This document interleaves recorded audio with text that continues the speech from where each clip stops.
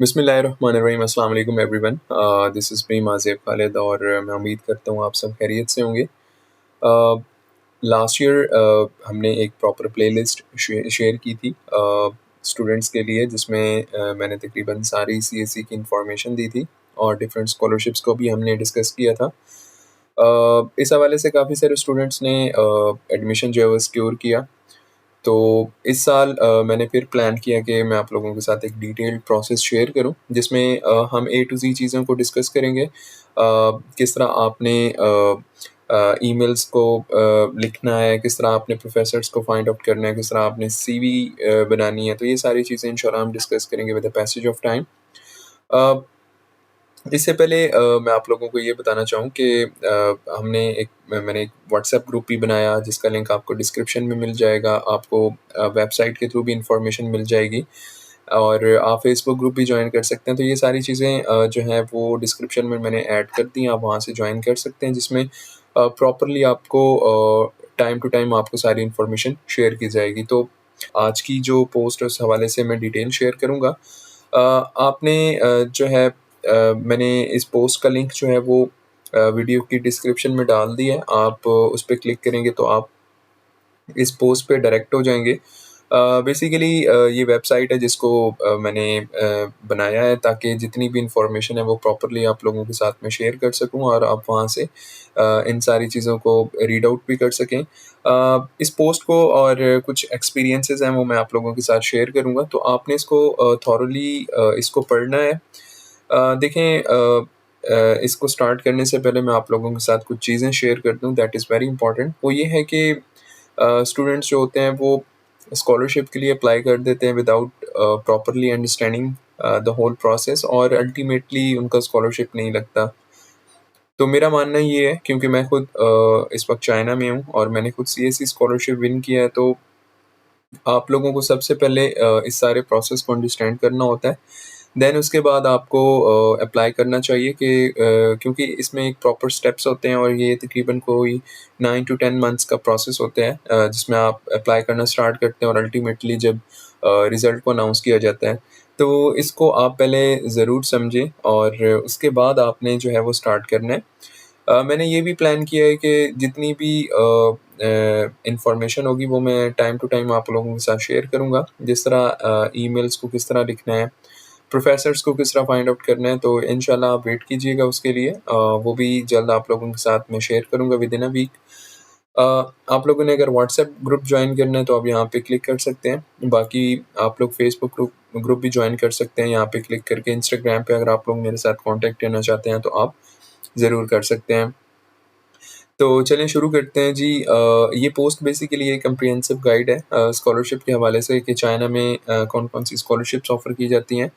हमारे यहाँ पे स्टूडेंट्स को मैंने ये भी देखा है कि उनके सिर्फ माइंड में होता है कि चाइना में तो सिर्फ सीएससी स्कॉलरशिप ऑफ़र की जाती है, but as such in reality ऐसा कुछ नहीं है। चाइना में बहुत सारी स्कॉलरशिप्स ऑफ़र की जाती हैं और आप ज़्यादा चांसेस अपने सिक्योर कर सकते हैं स्कॉलरशिप हासिल करने में। स्टूडेंट्स जो होते हैं वो सिर्फ सीएसई में अप्लाई कर देते हैं और अल्टीमेटली चांसेस उनके जो है वो कम होते हैं, क्योंकि इस साल जो मैंने चीज़ देखी है वो ये है कि कंपटीशन बहुत ज़्यादा होता है और इस साल भी काफ़ी ज़्यादा कंपटीशन देखने को मिला है। तो आप लोगों को चाहिए कि आप ज़्यादा से ज़्यादा स्कॉलरशिप्स को टारगेट करें और मैनेज करें। वो मैं आप लोगों के साथ आप आगे शेयर करता हूँ कि आपने किस तरह डिफरेंट एप्लीकेशंस आपने फ़िल करनी है और अपने चांसेस को ज़्यादा एनहांस करना है। सबसे पहले सीएससी है जो कि सबसे प्रेस्टिजियस स्कॉलरशिप समझा जाता है यहाँ पे और ज़्यादातर लोग इसके बारे में जानते भी हैं। सेकेंडली प्रोविंसेस जो हैं उनकी गवर्नमेंट भी यहाँ पे स्कॉलरशिप अनाउंस करते हैं, जैसा कि Shanghai government scholarship. Later on मैं इसको भी डिस्कस करूँगा। और बाकी ये चाइनीज़ लैंग इंस्टीट्यूट की जो है वो स्कॉलरशिप है, कन्फ्यूशियस इंस्टीट्यूट स्कॉलरशिप। वो स्टूडेंट्स जो कि लैंग्वेज स्कॉलरशिप पे आना चाहते हैं तो वो भी ये अप्लाई कर सकते हैं इस पे। इसकी भी डिटेल में शेयर करूँगा। यूनिवर्सिटी स्पेसिफिक स्कॉलरशिप्स भी होती हैं, हाई स्कूल स्कॉलरशिप्स और पोस्ट डॉक की स्कॉलरशिप्स भी होती हैं। यहाँ पे एक स्कॉलरशिप जो है वो मैंने मेंशन नहीं किया क्योंकि उसके लिए मैं एक सेपरेट पोस्ट बनाऊँगा, वो आंसर स्कॉलरशिप है। उसमें सिर्फ 2 ही यूनिवर्सिटीज़ आती हैं, उसकी एक डिटेल इन्फॉर्मेशन मैं आप लोगों के साथ ज़रूर शेयर करूँगा। आप वहाँ पे भी अप्लाई कर सकते हैं, बट वो स्कॉलरशिप उन कैंडिडेट्स के लिए जो कि काफ़ी पोटेंशियल कैंडिडेट्स हैं, उनकी अच्छी रिसर्च प्रोफाइल है, उन स्कॉलरशिप्स पे वो लोग अप्लाई बिल्कुल ना करें जिनकी प्रोफाइल या रिसर्च इतनी स्ट्रॉन्ग नहीं है। एज़ ए चांस आप ले सकते हैं, बट वो ज़्यादा प्योरली उसमें वो लोग सेलेक्ट होते हैं जिनकी रिसर्च प्रोफाइल बहुत स्ट्रॉन्ग होती है और वो काफ़ी कॉन्फिडेंट होते हैं इस हवाले से। तो ये डिफरेंट स्कॉलरशिप्स हैं। उसके बाद आपने ये देखना है कि विच चाइनीज़ स्कॉलरशिप सूट्स मी, कि ज़्यादा आप लोगों के लिए बेनिफिशियल कौन-सी स्कॉलरशिप रहेगी। अब सबसे पहले जो इम्पोर्टेंट चीज़ जो देखी जाती है वो ये है कि आपने अपनी डेस्टिनेशन कौन-सी चूज़ करनी है। अब उस डेस्टिनेशन में आपका सिटी भी आ जाता है और आपकी यूनिवर्सिटी भी आ जाती है। मैं इस वक़्त शंघाई में हूँ और मेरी टॉप प्रायोरिटी यही थी कि मैं चाइना के किसी बड़े सिटी में जाऊँ, क्योंकि वहाँ पे आपको पता है कि ज़्यादा अपॉर्च्युनिटीज़ होती हैं और जो टॉप लेवल इंस्टीट्यूट होते हैं वो ज़्यादातर चाइना के बड़े सिटीज़ में हैं, जैसा कि बीजिंग हो गया, शंघाई हो गया, शेंचन हो गया, ग्वांगझो हो गया। बट चाइना की ओवरऑल यूनिवर्सिटीज़ अच्छी हैं, बट जो टॉप 9 या टॉप 119 में जो इनकी यूनिवर्सिटीज़ आती हैं वो ज़्यादातर इनकी बड़े सिटीज़ में हैं। तो आप लोगों ने इस चीज़ को भी देखना होता है। दूसरा जो एक बड़े सिटी का ये एडवांटेज होता है कि कल को अगर आप यहाँ से डिग्री लेते हैं तो आपको जॉब फाइंड आउट करना भी आसानी होती है, यहाँ पे ज़्यादा अपॉर्च्युनिटीज़ होती हैं। बाकी यूनिवर्सिटी इज़ वेरी इंपॉर्टेंट, उसको भी आपने देखना होता है कि उसका लेवल क्या है, उसका रैंक क्या है, वो किस चीज़ में स्पेशलाइज़्ड है। अब जिस यूनिवर्सिटी में मैं पढ़ता हूँ वो बेसिकली केमिकल इंजीनियरिंग में टॉप 3 इन चाइना में आती है, तो इसलिए हर यूनिवर्सिटी की कोई ना कोई स्पेशलाइज़ेशन होती है। इसको आपने देखना होता है कि जी आपने कौन-सी इंस्टीट्यूट और कौन से सिटी का इंतख़ाब करना है। डिफरेंट इंस्टीट्यूशंस में हैव स्पेसिफिक स्कॉलरशिप एग्रीमेंट्स। अब यहाँ पे मैं आपको एक चीज़ बताता चलूँ कि ज़रूरी नहीं है कि हर यूनिवर्सिटी आपको प्रोविंशियल भी दे, हर यूनिवर्सिटी आपको प्रेज़िडेंशियल स्कॉलरशिप भी दे, हर यूनिवर्सिटी आपको यूनिवर्सिटी स्कॉलरशिप भी दे। ये डिपेंड करता है इंस्टीट्यूट और उनके जितने एग्रीमेंट्स होते हैं। सीएसई मोस्टली हर यूनिवर्सिटी देती है, बट जो डिफरेंट उनकी बाकी स्कॉलरशिप्स हैं वो कोई यूनिवर्सिटी देती है, कोई नहीं देती, बट मेजॉरिटी जो है वो ये ऐसी अपॉर्च्युनिटीज़ भी स्टूडेंट्स को देती हैं। बाकी एक्सप्लोरिंग स्कॉलरशिप ऑप्शंस, अब आपने क्या करना है जी, आपने ये देखना है कि check if the universities you are considering offer scholarship for your chosen field of study. अब इसमें ये चीज़ होती है कि एक चाइनीज़ यूनिवर्सिटी का जो मैंने एक स्ट्रक्चर देखा है वो ये है कि अब वहाँ पे इंग्लिश में भी मेजर ऑफ़र किए जाते हैं और चाइनीज़ में भी किए जाते हैं। चाइनीज़ में जो होते हैं वो ज़्यादा मेजर ऑफ़र होते हैं और जो इंग्लिश में होते हैं वो कम होते हैं। बट इंग्लिश वाले जो होते हैं वो ज़्यादातर स्कॉलरशिप पे ऑफ़र किए जाते हैं। अब एक स्टूडेंट है, उसने देखा है कि जी मुझे जो है वो मेजर उस यूनिवर्सिटी में है, बट वो इस चीज़ से लाइल्म होता है कि वो मेजर जो है वो सिर्फ़ चाइनीज़ में ऑफ़र किए गए, वो इंग्लिश में नहीं है। बट वो क्या होता है, वो इस अप्लाई कर देता है, लेकिन उसका आगे जाके जो है वो मेजर उसको शो ही नहीं होता है एप्लीकेशन में। मैं एक सेपरेट आप लोगों के साथ वीडियो भी शेयर करूँगा कि आपने अपना मेजर किस तरह कन्फर्म करना है, तो उसमें आपको आसानी होगी। तो ये चीज़ बड़ी इंपॉर्टेंट होती है। बाकी स्कॉलरशिप कोटा भी हर यूनिवर्सिटी का ऑफ़र होता है सीएसई की तरफ से। कुछ यूनिवर्सिटीज़ में 20 स्टूडेंट्स होते हैं, कुछ कुछ में 10 होते हैं, कुछ में 15 होते हैं। ये डिपेंड करता है कि उनके पास कितनी सीट्स जो हैं वो एलोकेट की गई हैं। बड़ा इंस्टीट्यूट है, बड़ी यूनिवर्सिटी है, तो उसमें डेफ़िनेटली ज़्यादा जो है वो कोटा होता है। रिसर्च मेथड मीन्स कि आपने किस तरह इन चीज़ों को फाइंड आउट करना है। आप यूनिवर्सिटी की प्रॉपर वेबसाइट को गो थ्रू करें। हर यूनिवर्सिटी का एक आईएसओ का पेज होता है, इंटरनेशनल स्टूडेंट ऑफिस का, आप उस पे जाएँ और उनको आप डायरेक्ट ईमेल करके उनसे भी पूछ सकते हैं। इन हेल्पफुल टिप्स ये होती हैं कि कोई भी आपने प्रोसेस स्टार्ट करना है तो उसमें आपने उस प्रोसेस को स्टार्ट करने से पहले आपने इतनी चीज़ें अपने माइंड में उसको समझनी है कि आप विद इन टाइम चीज़ों को प्रॉपर्ली कर भी सकें और जब स्टार्ट हो तो आप प्रोसेस को स्टार्ट कर दें।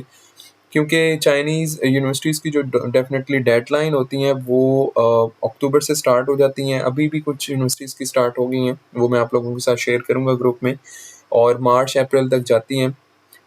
उसके बाद बी परसिस्टेंट मीन्स के आपने जो है वो यूनिवर्सिटी का प्रॉपर जो है वो फ़ॉलो अप करना है।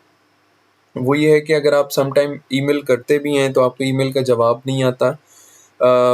आप फिर दोबारा ईमेल करें, 2-3 दिन, 4 दिन वेट करके।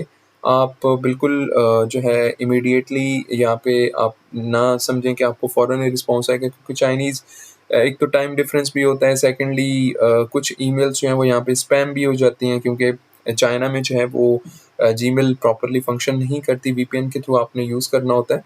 तीसरी चीज़ जो सबसे इम्पोर्टेंट है वो ये है कि आपने अपनी एप्लीकेशन जो है वो प्रॉपर्ली उसमें अपनी एप्लीकेशन को कस्टमाइज़ इस तरह करना है कि जिसमें आपने अपनी क्वालिफ़िकेशंस को हाइलाइट करना है, और किस तरह आपकी जो स्कॉलरशिप की रिक्वायरमेंट्स हैं वो आपकी एप्लीकेशन उसको प्रॉपर्ली मीट कर रही है, नहीं कर रही, उसमें क्या चीज़ मिसिंग है, वो आपने विद इन टाइम उसको भी देखना है। एक वीडियो मैं आपके साथ आगे शेयर करूँगा, जो कि नेक्स्ट वीडियो होगी, वो ये है कि डॉक्यूमेंट्स कौन से चाहिए होते हैं। तो उसमें आपको सारी क्लैरिटी हो जाएगी कि आपको कौन से डॉक्यूमेंट्स ज़्यादा हेल्पफुल रहेंगे और कौन से डॉक्यूमेंट्स जो है वो आपके लिए प्लस पॉइंट रहेंगे। अब आते हैं अंडर ग्रेजुएट और पोस्ट ग्रेजुएट स्कॉलरशिप्स चाइना। उसमें ये है कि आप इसको थॉरोली लाज़मी पढ़िएगा, इससे आपको काफ़ी ज़्यादा इन्फॉर्मेशन मिलेगी। अब ये होता है कि चाइना में जो है वो ज़्यादातर जो मैंने एक ट्रेंड देखा है वो ये है कि लोग मास्टर्स और पीएचडी के लिए आते हैं। मास्टर्स और पीएचडी में क्योंकि यहाँ पे एक प्रॉपर आपने प्रोफ़ेसर को अप्रोच करना होता है, और उसके बाद आपका यहाँ पे जो है वो प्रॉपर रिसर्च के लिए आपको यहाँ पे बुलाया जाता है। अंडर ग्रेजुएट में ये होता है कि यहाँ पे जो मैंने कुछ स्टूडेंट्स देखे हैं, पहले वो यहाँ पे आके 1 ईयर लैंग्वेज करते हैं, फिर उसके बाद वो यहाँ पे अप्लाई करते हैं, और उनका जो है वो बैचलर वो अपना कंटिन्यू करते हैं स्कॉलरशिप पे। क्योंकि बैच अंडर ग्रेजुएट जो है वो ज़्यादातर उसमें मेजर जो है वो चाइनीज़ में ऑफ़र होता है, तो इसलिए कम्प्लीमेंट्री होता है कि आपको पहले चाइनीज़ आनी चाहिए, चाइनीज़ आने के बाद आप फिर ईज़िली अप्लाई कर सकते हैं। बस बट मास्टर्स और पीएचडी के लिए ये मैंडेटरी नहीं है, क्योंकि मास्टर्स और पीएचडी जो है वो ज़्यादा इंग्लिश में भी उनमें मेजर ऑफ़र होते हैं, स्कॉलरशिप्स ऑफ़र होती हैं, तो ज़्यादा स्टूडेंट्स यहाँ पे इंग्लिश में ही आते हैं। अब यहाँ पे ये है कि जब आप यूनिवर्सिटी आपने फाइंड आउट कर ली है, तो उसके बाद आपने ये देखना होता है कि कौन-सी स्कॉलरशिप्स उस यूनिवर्सिटी में अवेलेबल हैं और कौन-सी प्रोविंशियल अवेलेबल हैं। उसके बाद आपने जो है सीएसई के लिए इस तरह अप्लाई करना होता है कि आप यूनिवर्सिटी के थ्रू भी अप्लाई कर सकते हैं, जिसको टाइप बी कहते हैं, और एम्बेसी के थ्रू भी आप अप्लाई कर सकते हैं, जिसको टाइप ए कहते हैं।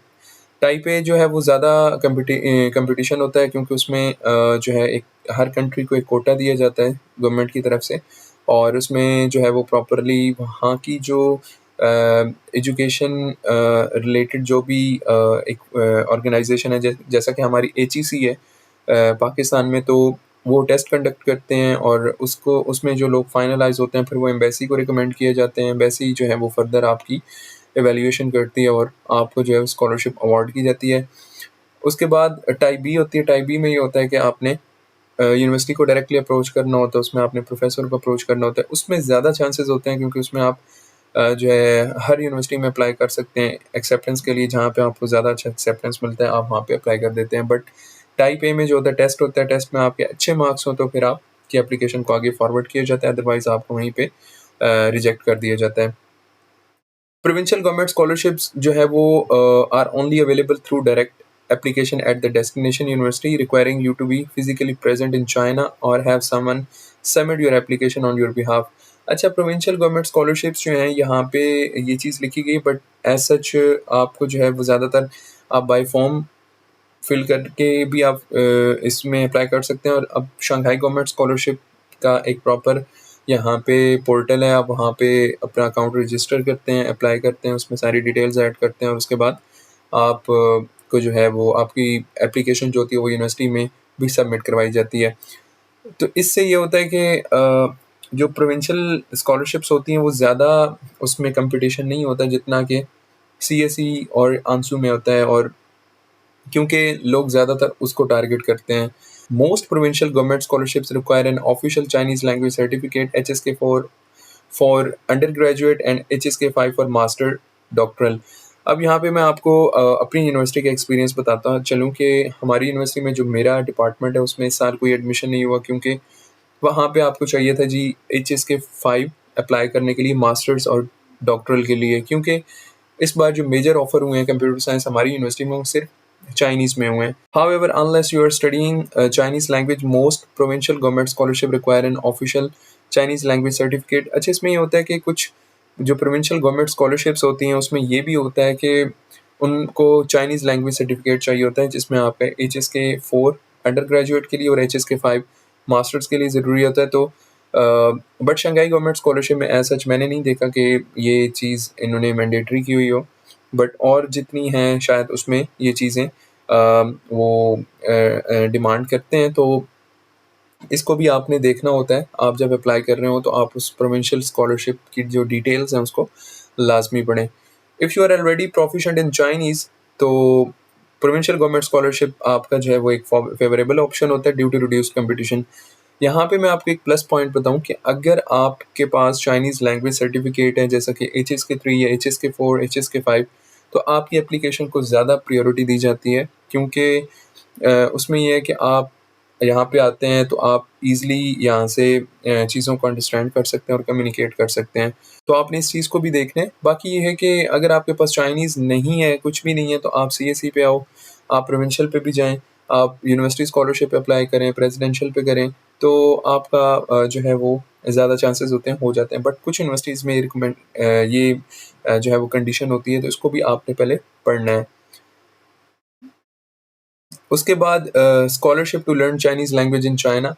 अच्छा, यहाँ पे ये चीज़ मैं आपको बताता चलूँ कि कुछ स्टूडेंट्स होते हैं जो कि चाहते हैं चाइना में कि हमें कोई लैंग्वेज की स्कॉलरशिप मिल जाए, तो हम वहाँ पे जो है वो अपनी फर्दर लैंग्वेज को बेहतर कर सकें। तो इसमें ये है कि चाइना में जो है वो कन्फ्यूशियस जो है वो इंस्टीट्यूट स्कॉलरशिप ऑफ़र की जाती है। मुख्तलिफ़ यहाँ पे यूनिवर्सिटीज़ हैं जिसमें ये इंस्टीट्यूट बनाया गया और वहाँ पे ये स्कॉलरशिप ऑफ़र की जाती है।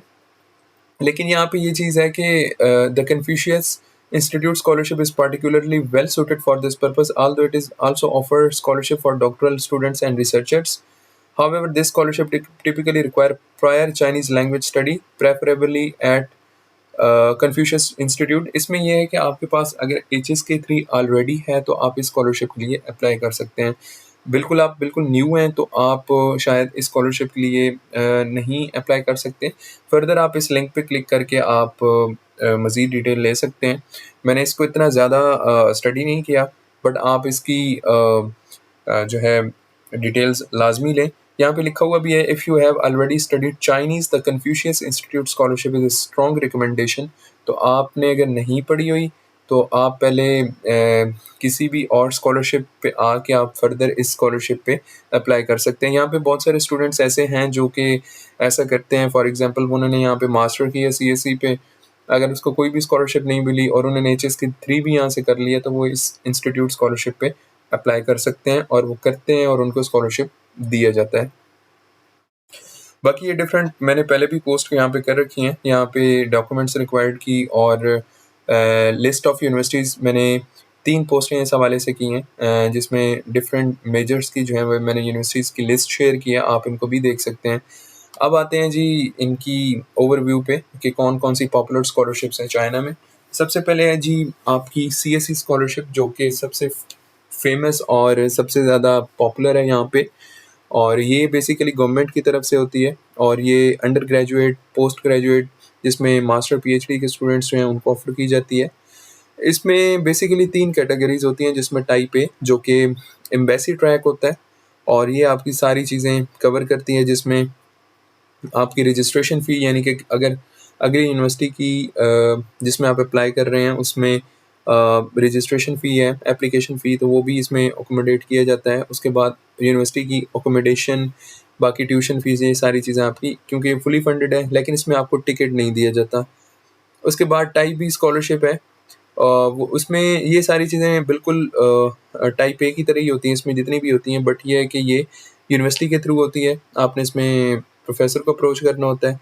टाइप सी जो है एज़ सच इस हवाले से मुझे कोई इन्फॉर्मेशन नहीं है, बट एक टाइप सी भी कही जाती है कि यहाँ पे CSE में होती है। बाकी जो सबसे इम्पोर्टेंट चीज़ है वो है एप्लीकेशन डेडलाइन। एप्लीकेशन डेडलाइन में ये होता है कि जी लोग कहते हैं जी अक्टूबर से मार्च तक जी CSE की डेडलाइन्स होती हैं। देखें, हर यूनिवर्सिटी की अपनी डेडलाइन होती है। CSE जो है वो सारा साल ओपन ही होती है। बस यूनिवर्सिटी है वो अपनी डेडलाइन देती है कि आपने इस डेडलाइन में CSE के लिए अप्लाई करना है। तो इस चीज़ का लाज़मी ख़्याल रखना है कि आपने यूनिवर्सिटी की जो डेडलाइन है उस डिटेल को आपने प्रॉपर्ली पढ़ना है और उसके बाद आपने टाइमली अप्लाई करना है। एप्लीकेशन प्रोसेस जो होता है वो डिपेंड करता है and on your nationality and the specific university you are applying to. Generally, you need to submit academic transcripts, language proficiency test scores and letter of recommendation। ये documents जो होते हैं वो इतने ज़्यादा नहीं होते, बेसिक्स ही होते हैं। पासपोर्ट हो गया आपका, आपकी ट्रांसक्रिप्ट होगी, आपके लेटर हो गए रिकमेंडेशन के, एक्सेप्टेंस के, और उसके बाद जो आपके सपोर्टिव डॉक्यूमेंट्स होते हैं। बाकी ये अगर आपके पास लैंग्वेज प्रोफिशिएंसी स्कोर्स यानी कि एचएस के अगर आपके पास है या आपके पास आइट्स है तो ये आपके लिए प्लस पॉइंट होगा। रिक्वायरमेंट्स इसके लिए होती हैं कि जी एक नॉन चाइनीज़ सिटीज़न हो, वैलिड पासपोर्ट हो, उसके बाद आपके पास एकेडमिक रिक्वायरमेंट्स जो हैं वो सारी कंप्लीट होनी चाहिए, आप फिज़िकली फ़िट हों। तो ये आपकी जितनी भी रिक्वायरमेंट्स हैं वो पूरी हो जाएँगी। उसके बाद अगर आपने मज़ीद डिटेल्स लेनी है तो आप इस लिंक पे क्लिक करेंगे तो ऑफ़िशियली जो सीएसई का ले वेबसाइट है उस पे आप डायरेक्ट हो जाएँगे, आप वहाँ पे उन सारी डिटेल्स को पढ़ सकते हैं। उसके बाद प्रोविंशियल गवर्नमेंट स्कॉलरशिप है, और इसमें ये है कि these scholarships are offered by the provincial governments including the municipalities of Beijing, Tianjin, Chongqing and Shanghai, which operate as provinces. They cover undergraduate, master, doctoral studies, and Chinese language courses. However, not all universities within a province offer scholarships for every course type. अब यहाँ पे ये चीज़ है कि जो provincial government scholarships हैं जिसमें top पे शंघाई गवर्नमेंट स्कॉलरशिप है, क्योंकि ये बिल्कुल सेम सीएसई की तरह ही है, इसमें कोई फ़र्क नहीं है। बाकी बीजिंग गवर्नमेंट स्कॉलरशिप है, और ये सारे मास्टर्स, अंडर ग्रेजुएट और पीएचडी के स्टूडेंट्स को ऑफ़र की जाती है। इसमें बेसिकली 2 टाइप्स होती हैं। एक टाइप ए होती है और एक टाइप बी होती है। टाइप ए जो होती है वो फुल होती है और टाइप बी जो है वो पार्शियल होती है। टाइप ए में आपको हर चीज़ कवर की जाती है। टाइप बी में जो है मेरे ख़्याल में आपको जो है वो स्टाइपेंड नहीं दिया जाता, या आपको रेज़िडेंस आपको नहीं दी जाती। इन दोनों में ये फ़र्क होता है टाइप ए, टाइप बी में। टाइप ए उनको दी जाती है जो ज़रा पोटेंशियल कैंडिडेट्स होते हैं। टाइप बी जो होती है वो उसमें जो लाई नहीं करते उनके क्राइटेरिया में, तो उनको टाइप बी दी जाती है।